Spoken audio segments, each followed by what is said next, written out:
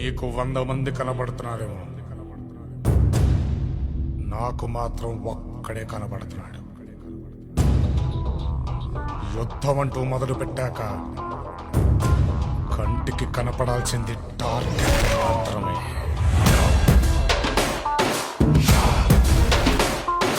Shri Anjaneyam Bhaje వజ్రగాయం Sada రక్షగా